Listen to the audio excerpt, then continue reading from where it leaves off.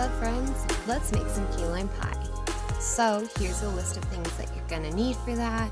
And obviously I bought a pie crust this time because, I was tired and I had a lot to do today, and it was my birthday, so I didn't exactly want to do like everything today, be a little bit lazy.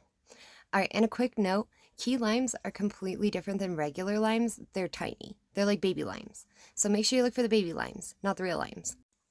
And now that we've made it back home, we're going to need a few things, like our juicer, a knife, and a cutting board. Alrighty, so now we're going to take about 6 to 8 limes and set them aside because they look nice, like they have good zest that you can peel off later. That's what we're looking for. We're just going to try to save some of those guys for later. Now we take a break to eat some limes because key limes are actually incredibly sweet, which is part of why we use them in this pie, as it were. So here's the fun part where we get to cut up thousands of tiny key limes and get all of the acid and nice things into any tiny cuts we have on our fingers, and all of our hangnails light on fire. I'm only kind of kidding. It actually really does hurt and they get really slippery after a point, and that completely sucks. But this I thought would be fun because it's like the AR version, or like Job Simulator, but for making key lime pie. For those of you that don't want to take the effort or the time out of your day or whatever it is really to make the pie, here's what it's like. 45 straight minutes of cutting limes. And I'm just kidding, I edited this down into like 3 or 4 minutes, I don't know. I'm really bad with timing, so I'm going to be honest, I have no idea what it is, but I do know that it's not the original 45 minutes that it took me to cut these limes. And that is, of course, with a couple of breaks and misestimating, of course. I thought I was really close, and so I poured it out and tried it, and then I wasn't as close as I thought I was, and so we had to go back to juicing. And then I had to enlist some help juicing because, like I said, my fingers hurt. That stuff gets everywhere. It gets in your nails. Oh yeah, and take a drink. Don't forget to stay hydrated. Hydration is important. I don't know. I was going to say it's the most important part of something, but I really don't remember. Anyways, this is my little juicer thing, and it collects all the pulp and the seeds at the top. I'm going to go ahead and just throw those in the trash because they're kind of icky and we don't want them all in there. And get distracted because that's absolutely what we do best here, and probably one of the few things I know how to do well. Oh my god, yes, more limes. You all thought I was joking. Y'all thought I was kidding with you, but I really wasn't kidding at all. It really is lime after lime after lime after lime after lime, and then you just keep going, and it keeps going. But eventually you end up with enough, and at the end you end up with a really sweet pie. Trust me, it is so worth it to stay to the end.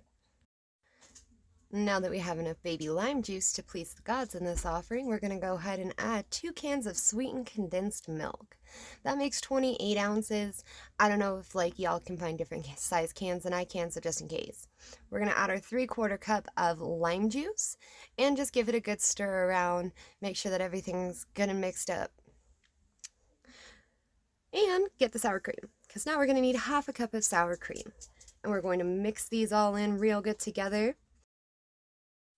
And we're going to whisk it all up because we don't really want it to be chunky or have anything that's not fully mixed together, We want that to be one solid thing, kind of like you make pancakes, but with absolutely no lumps. Pancakes is not a good example here. Never mind the pancake thing, okay? Forget about that, guys. It's really not supposed to be lumpy at all. Alrighty, now we've got our handheld cheese grater, and we're actually going to use that on our baby limes. We're going to use that to get this nice yummy key lime zest off of there, put that into our pie, and now this is going to give it a little bit of extra flavor, not a whole lot, but most of all texture. And I really like the way it tastes and the way it feels, so I used about 8 limes personally, but I leave this more up to you. If you don't like it so much, I'd use more, about 5.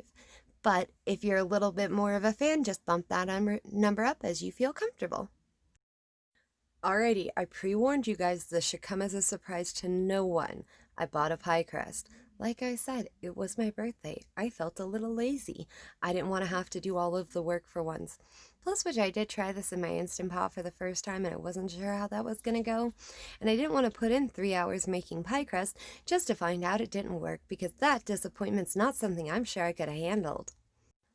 And I say that as I'm rewatching this, and I realize that this pie crust was a waste of money anyways. It tasted stale and kind of old, which eh, okay, it happens every once in a while, I get it, whatever. But then it's so crumbly and dry. Watch, watch, it just cracks apart. It just falls right apart. Yeah, I tried. I tried to save it and it didn't work at all.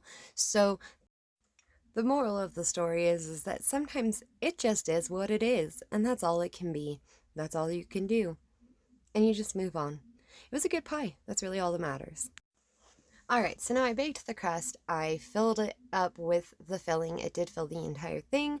Now we're gonna go ahead and turn the Instant Pot on just to the manual pressure cook and then up to 30 minutes because that was my best guess based off of cheesecake.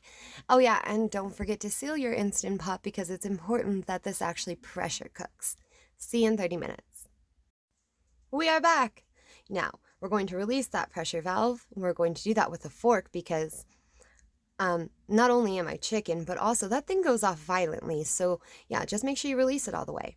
Once it's done, we're gonna go ahead and take it out and take a look at it.